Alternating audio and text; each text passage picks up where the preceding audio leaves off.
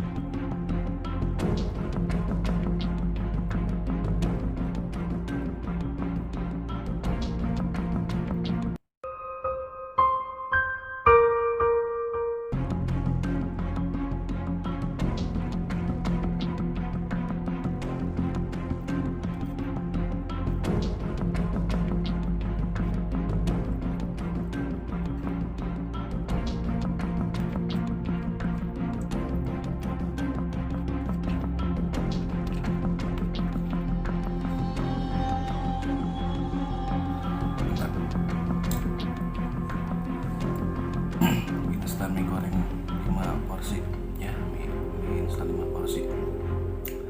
Enak juga ya, bikin keringetan nih. Lihat kan keringetan tuh, lihat ya, mantap.